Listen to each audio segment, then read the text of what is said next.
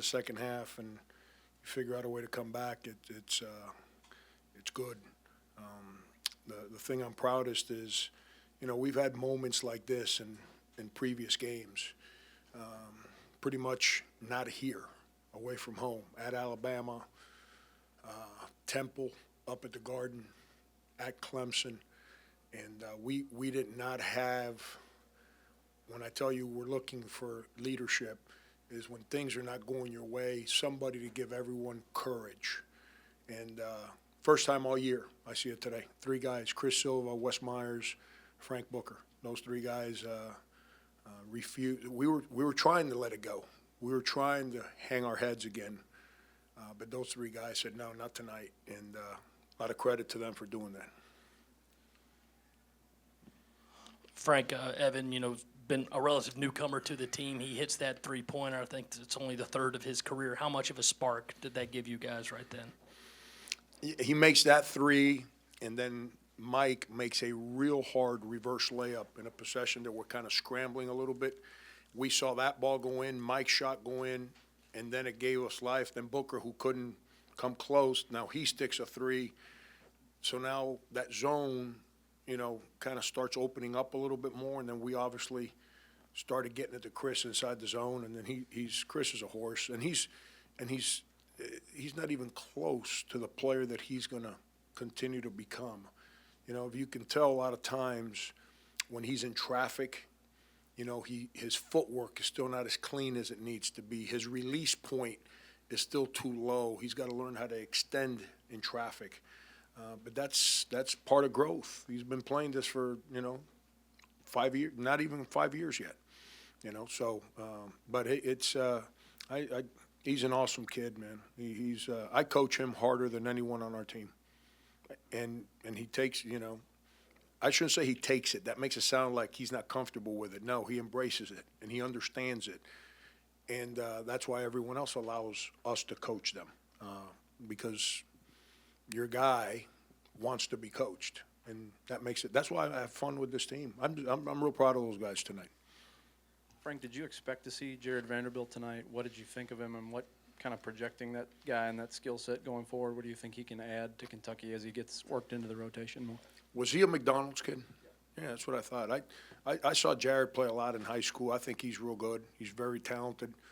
You saw some of his abilities today. With those kind of mid-range kind of floaters. When you guard him with a little smaller guy, if you guard him big, he goes off the bounce. He's gonna be another great addition to their team. The guy I think they miss is Quade Green. Watching them play with Quade and watching them play without him, it's a different team, and especially when they play a team that gets out and guards them, because it puts too big a burden on, I'm forgetting his name now, the freshman. Yeah, correct. Too big a burden on him that he's got to carry for too many minutes in the course of the game. Coach, I know last week you were saying how much Raw's presence is going to add to the spirit of the team. He was there, Brian on the bench, you had Dwayne Justin. How much did seeing those 4 faces help your team tonight? Those guys are incredible in timeouts. Dwayne, there was one timeout we broke the huddle, and then he grabbed everybody and brought them together and just try to tell them, like, it's all right, man, go. It's going to be all right. And Raw Felder, it's a shame that he made a mistake. I'm just telling you, it really is, because he's such a beautiful kid. And he's got every characteristic of being a leader. So I hurt for him that he made a poor decision. But I'm excited for him moving forward because he's such a beautiful kid. He was tremendous on the sideline. All those young guys now, they'll learn from him being around, never shutting up. The harder it gets, the more he talks. Encouragement. Those guys are great. Justin, there's a reason I like hiring former players. T. Blanton, John Reagan, those are 2 guys whose careers are over as players, so they're student assistant coaches. Those guys are phenomenal every day in practice. Mackey, Brian Steele. Brian Steele's going to be an unbelievable basketball coach. I'm just telling you, Brian Steele's going to be a ridiculously good basketball coach. You have those guys around. Those guys built this. Those are the guys that built this program that we're fighting to protect right now. And having them around makes those young kids understand the responsibility that they have every single day. Coach, with the crowd, the atmosphere, national TV, Kentucky, and then coming back from 14 points down, how much did your team grow up tonight? Man, I don't want to go backwards here. Okay, we've got incredible fans at this school. They make an unbelievable difference for our basketball team when they show up. Students are back, unbelievable energy in this building. When we were struggling there in the second half and going through that moment, we made a shot, and then we got to stop, and the crowd started going nuts, and it gave our guys life that, you know what, the responsibility here is like for a lot of people, we've got to do more. And it rattled Kentucky, and that gave us opportunity to get back in the game. And then you get to that last 4-minute mark. I told the guys, I think the game was tied at the 4-minute media timeout. I think it was tied. Either we were shooting to tie it or it was tied. And I told the guys, I said, coming out of timeout, I said, you guys battled your tails off to get back in this game. Now let's be disciplined and let's win the game. That's kind of what we did. Coming down the last 4 minutes, defensively, our attention to detail was on point. Offensively, even though we missed some stuff, we scored enough to win. We took good shots. We didn't turn it over. And, but the crowd, we need our crowd, man. They make such a difference. It's fun. When they're out there like that, it's fun. It's a whole lot of fun. Frank, down 14, is there anything you said in the huddle that you felt really stuck the most as you guys gradually continue to come back? If I repeat it now, you'll probably get me in trouble. When you're down like that, you can't beat the guys up. You got to figure out a way to find who still has some life and wants to fight, and then coach that guy to help him lead the others. And I think I burnt that second time out, and it didn't work. They still scored, and either we missed a shot or shot an air ball. I don't know what we did. It didn't work. So that was a moment that wasn't about coaching. That was a moment about kids taking ownership. And that's what we've been pushing for a long time. And our guys took ownership today. Now, what are we going to do? Are we going to build on that? Are we going to be better at practice Thursday? Are we going to, we got now 21st ranked Tennessee coming in the building Saturday, who plays as hard as any team in the country. And they're as experienced as any team in the country. It's going to be hard. What's going to happen when that game gets hard? Are we going to continue that leadership, or are we going to get quiet again?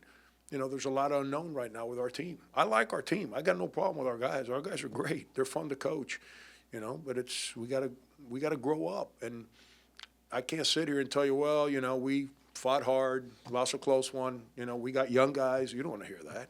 I know I don't want to hear it. So we got to grow up. It's plain and simple.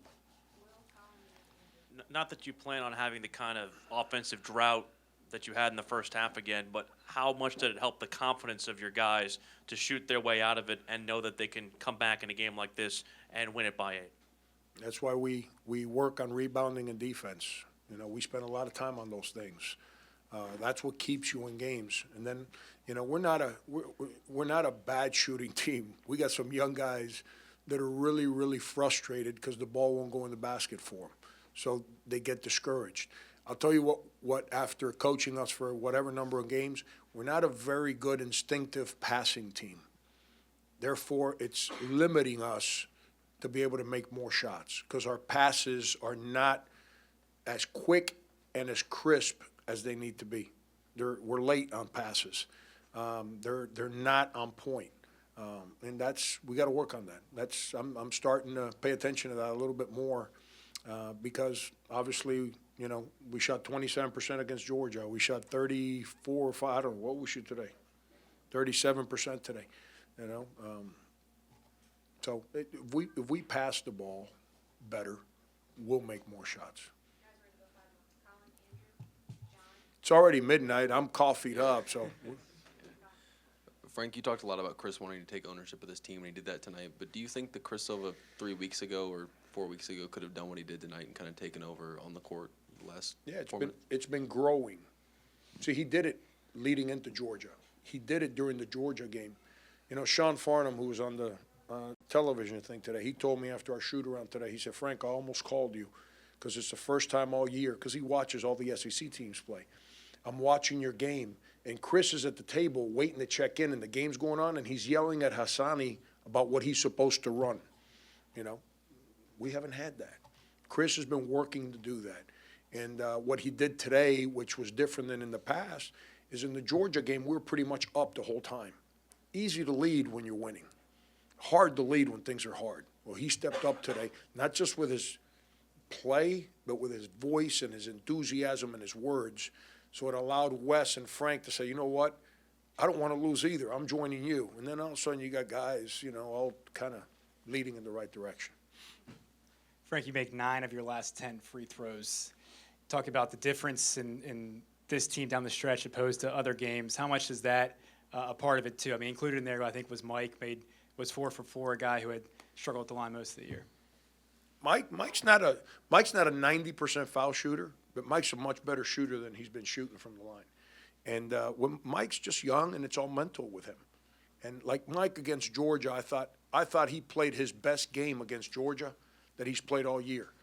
But then as the game started getting long, he started missing some shots, and then he started getting discouraged. And he can't do that. He's too good a player to hang his head. He's too good a player to get discouraged. And I've been on him like, Mike, I'm going to tell you verbatim what I said to him. Mike, I'm not the one shooting 24% from the line. It's you. I don't need to come in at night and shoot free throws. You need to come in here and shoot free throws. And he's done it. And guess what? He goes to the line and he makes them. Frank, it's pretty obvious with Chris Silva and Frank Booker, but you mentioned Wesley Myers as a guy who provided y'all some courage tonight. How did he do that? He allowed me to coach because he played like a point guard. You know, he still had some bad moments in the game where he didn't get back defensively for his responsibilities. We tried to run a couple sets late in the first half, and he went the wrong way with it. So now the wrong guy's involved in the action, and he's got to get better at that. But from where he was at a month ago, John, to where he's at now, it's day and night. He's embracing what we're trying to teach. He's not fighting it. And when he makes mistakes, he's receptive to information. He's not hanging his head. Like a month ago, when he made mistakes and you tried to coach him or correct him, he'd be dejected. And he's realized that doesn't work with me. And he's a good player. Wes is an unbelievable kid. He's too quiet. Too quiet. He needs to be louder. And he's starting to do that. He's starting to talk. And that's because he's starting to feel more confident with what he's doing. Coach, you mentioned how the program's been built thanks to the guys who have been here that you mentioned were in the huddle tonight. But when you look at a win like this, your second against Kentucky in your head coaching career, how can this help shape this year's team and the resume that goes along with it? It all depends what happens Saturday. This is awesome today. But, you know, just like I'm going to say something and some of you guys might get your feelings hurt. Just like a week ago, I didn't quit on our team like everyone else in this room had quit on our team. I'm not going to celebrate because we still got a whole lot of games to play. So, you know, I don't mean to be a grouch. I don't mean to not tell you that beating Kentucky at home, given the circumstances, being down, coming back, I'm around these guys every day. I'm not going to overreact to a game, or I'm not going to say, well, you know how many people have come up to me and said, Coach, I have all the confidence in the world you can turn this around. We won 11 games. Turn what around? You know, it's going to be all right. As long as those guys come in here and work and they listen, we'll keep fighting to get better. This has to give us confidence that when you do things that we talk about in practice and you don't run away from difficult moments, you can find success. And hopefully this gives our young guys, you know, some confidence to keep growing. In that first half, I think you played 12 guys because of the foul trouble. For some of those younger guys, how beneficial can that be going forward, being in that kind of situation against that kind of team? That's why I like to play a lot of guys early in the season, is to get guys ready. A couple guys I hadn't played in a while, Ibrahim and Kadeem. I hadn't played them in a while. Meaningful minutes, not at the end of some mop-up game. They played better, especially Ibrahim. He played better today than he played earlier in the year when I tried to play him. And, that's a credit to him because he hasn't had a lot of success in games, and I haven't put him out there a whole lot, and it's real easy to get discouraged. It really is. But you know what? This is what I don't know who got in his head. I really don't know. I have no idea. But he's actually been pretty enthusiastic in practice leading into Georgia and since the Georgia game. So it's no surprise that when I put him out there, even though he didn't do anything great, he didn't hurt us either. And there's a lot to be said there, a lot to be said. And it's a young kid, man. It's he's funny. He's funny. He's a great kid. He's funny to be around. He's got a great personality. Hopefully, like Jason Cudd is starting to turn the corner a little bit. He didn't play well today, but he's starting to turn the corner. Hopefully this gives Ibby a little life so he can help us too. Thanks, guys. Thank you.